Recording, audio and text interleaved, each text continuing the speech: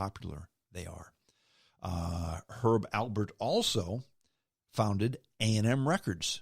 A is Alpert, M is a gentleman named Moss, and they were a big, big record company back in the day. And he sold that record company to Polygon, I think, for almost $1 billion back in the day. Him and his partner. But if you look at the top 10 earners in the music industry of all time, I'm going to read them off to you. And again, two of them, as I mentioned on my Facebook post, two of them, if you're under 40, you've probably never heard of them, okay? Number 10 is Mariah Carey. No surprise there. She's worth $510 million. Number 9, Madonna. She's worth $595 million. Number 8, Bono. He's worth $610 million. No surprises there yet. Number 7, Celine Dion, worth $630 million. Okay. Number 6, Dr. Dre, worth $785 million. Number 5, P. Diddy, worth $815 million. Okay. I mean, so far, no surprises. Number 4, Herb Alpert is worth $870 million. That's close to $1 billion, folks. Now, if I were to ask you who's worth more, P. Diddy, Bono, or Herb Alpert, the first question many of you would ask is, who's Herb Alpert? And if you said anything but Herb, you'd be wrong. Again, he owned A&M Records. He sold more records in the 60s than the Beatles. And the interesting thing is, those of you who know Herb Alpert, again, Herb Alpert and the Tijuana Brass. Herb Alpert is not Mexican. He's Jewish. His family's from Eastern Europe. He's an Eastern European Jew. And in the early 60s, he went down to Tijuana, and he went to a bullfight. He heard the mariachi band. He thought, this is pretty cool. I bet I can make a buck off of this. So he recorded a song called Lonely Bull in 1962 with a bunch of horns in it. Oh, by the way, all the horns were him. He just dubbed them in. And not too great, by the way. But it became a big hit. They liked it. He recorded an album with Herb Alpert and the Tijuana Brass, and they used the Wrecking Crew, the biggest studio band of all times, as the Tijuana Brass. So it was Herb Alpert and the Tijuana Brass. They just used a studio band, the Wrecking Crew, for the backing horns. Okay? Now a problem came up. And that problem was, now they want the Tijuana Brass to tour. Well, there is no Tijuana Brass, so they can't tour. So he just had an audition for a bunch of people. And basically, the Tijuana Brass then were a bunch of just studio musicians who just worked for Herb Alpert. I don't know of any of their names, but none of them were Mexican. They were a conglomeration of Jews and Italians. So Herb Alpert and the Tijuana Brass, not a Mexican among them. And Herb Alpert is number 4 on the list, worth $870 million. How much money does he have? How much money has he had for many years? Him and his wife have a house in Malibu. They have 5.5 acres of beach in Malibu on their estate. 5.5 acres of beach in Malibu. That, my friends, is a high roller. Number 3, Jay-Z. Him and his wife, the lovely Beyonce, are worth $910 million. Number 2, Andrew Lloyd Webber. Yeah, that guy, the musicals guy, $1.25 million. And who's worth the most? Paul McCartney, of course, $1.3 million. So raise your hand out there, 40 and under, if you ever heard of Andrew Lloyd Webber or Herb Alpert, of Herb Alpert and the Tijuana Brass. I'm going to go ahead and segue into my essay now about millennials and home ownership. But first, before I do that, I'm going to go ahead and play the old man card. And I guess I can because I guess I'm kind of an old man. But millennials and boomers are nothing alike. And I don't dislike boomers, but I will say that I dislike the way boomers do some things, okay? And here's the biggest thing that, I'm sorry, I don't like the way millennials do some things. And here's my biggest pet peeve with millennials. And I'm sure that they mean nothing by it.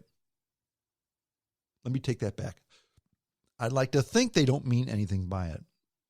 But there's that conspiracy theorist in the back of my head that says maybe they're doing this on purpose.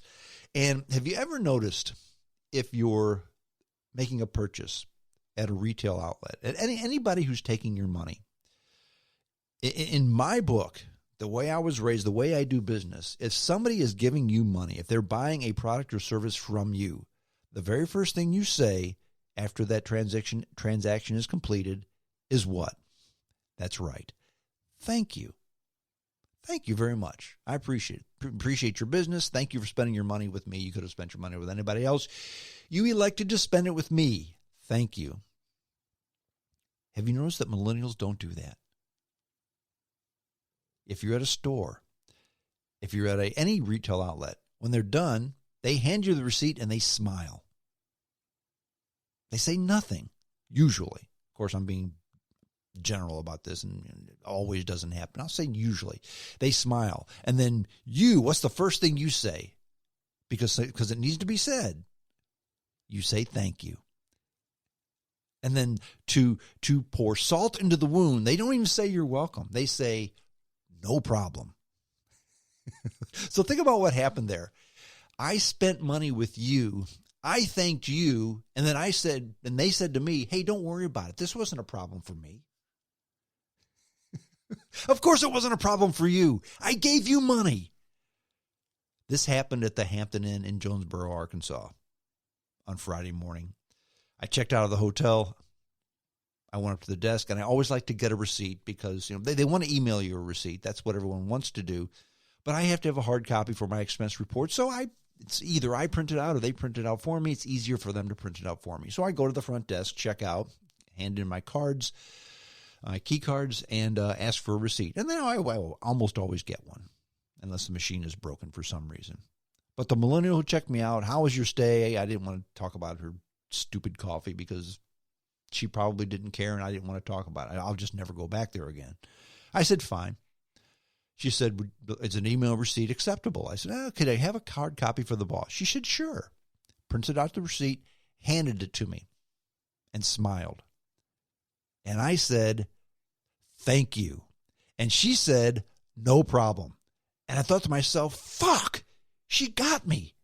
She reeled me in. Here's that lure sitting out there. I grabbed it, and she drug me in, hook, line, and sinker. Thank you, no problem. And it made me mad, and it shouldn't have. I will tell you this. Being a baseball fan, being a Cardinal fan, if you watch the disaster that was the St. Louis Cardinals 4-game sweep by the Washington Nationals, I know how Matt Carpenter feels now when he's up at the plate and he's thinking, they're going to throw a changeup. I got to be ready for the changeup. They got to be ready for the changeup. I got to be ready for the changeup. I'm going to sit on the changeup because I have 2 strikes. The pitcher throws a changeup right down the middle. He doesn't swing. Strike 3 called. Fuck! I knew that changeup was coming, and I still let it go by anyway. That's how I felt with that exchange with that millennial. Thank you. No problem. Does that bother me? Yeah. Should it? No. Does that mean I have hang-ups? Yeah, probably so. And that, my friends, is going to segue into my essay.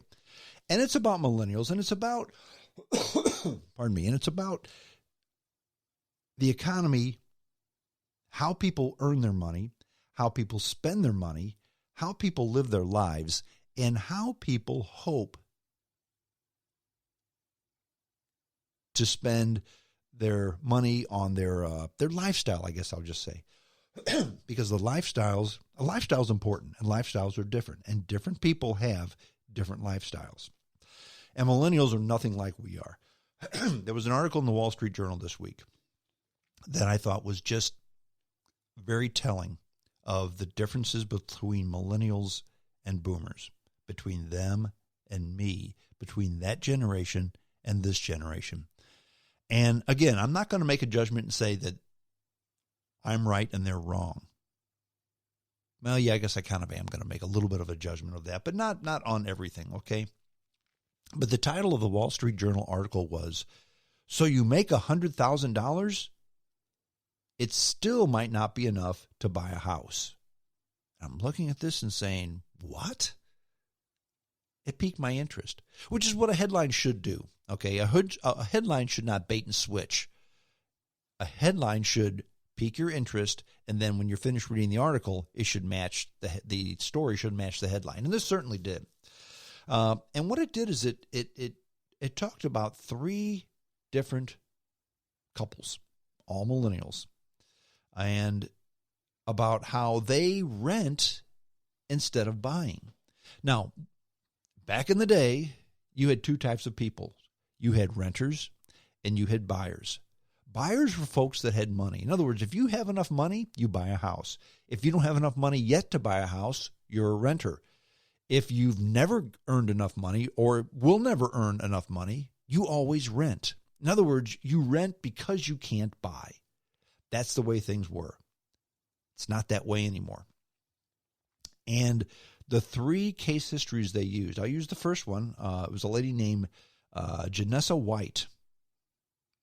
Her and her boyfriend and their 7-year-old son moved from Missouri to Denver, okay? They sold their Missouri house. It was worth $100,000. Now, they didn't get $100,000. They owned a house in Missouri, okay? And they sold it for $100,000. Now, that doesn't mean they got $100,000 from the house, because they probably got next to nothing from the house, because she's young, they're young, and probably didn't have much equity in the house, okay? House in Missouri costs $100,000. A house in Denver, in the Stapleton area, $400,000, 4 times more than the house in Missouri. But that's okay. They earned over $100,000 together. So they had enough money for the payment, but not the down payment. Okay? So they rent in Stapleton, a suburb of Denver. Is it a suburb or is it just a section of Denver? I'm not sure. But here's my question. The whole article talked about one of these 3 people, this Janessa White and her boyfriend, and it said her 7-year-old son. It didn't say their 7-year-old son, to be fair. So this may be her son from a different relationship, not the boyfriend's. The question is, why did they move to Denver? And it could have been, maybe it was because of a job. Maybe it was because they just always wanted to live there. And I get that. But why Stapleton? Stapleton is one of the most expensive sections of Denver. So you're moving from one place to another and you can't afford the down payment. Why don't you save your money? Didn't you get something from that house that you sold? Maybe you didn't. And they said they wanted to buy a house but couldn't. And I'm thinking to myself, well, why didn't you rent in a cheaper place, save the down payment, and then buy a house? Maybe not in Stapleton. But the biggest telling thing of it is, in my opinion, they shouldn't be buying a house anyway. And it kept saying they, not her. Okay? Because this wasn't her and her husband. This was her and her boyfriend. Now, don't think you're so, you go strong, getting all moralistic on us. No. I'm not being that way at all. If you want to live with somebody out of wedlock, that's your business, okay? But the thing about marriage and the thing about home ownership, they are both big commitments and they are both legal contracts. Why would you ever get into a legal contract with your boyfriend or your girlfriend? I mean, the number one reason I would think people don't want to get married is because, and don't give me the whole, it's just a piece of paper. No, it's not just a piece of paper. It means that you have feelings for that person and you're going to spend the rest of your life with them. It's a legal contract. If you don't want to do that because things may get tough and you just may want to leave, that's fine. And then what do you do with the house? So I know that she said, well, we can't afford the down payment. But I think the real thing was, I don't have a husband. I'm living with this guy. But I want the lifestyle of Stapleton, but I can't afford it. And I have to compromise my lifestyle for a certain snapshot in time in order to afford that $5,000 to $10,000 down payment. And I don't want to do that. That's what I think is going on in their heads, but that's not what they say. They wring their hands and say, it's the economy. I can't save my money. Then don't move to Denver and don't live in Stapleton and don't move into a luxury apartment. Case history number 2, a gentleman named Jacob Newberger, 30. He moved out of his one-bedroom downtown apartment, him and his girlfriend,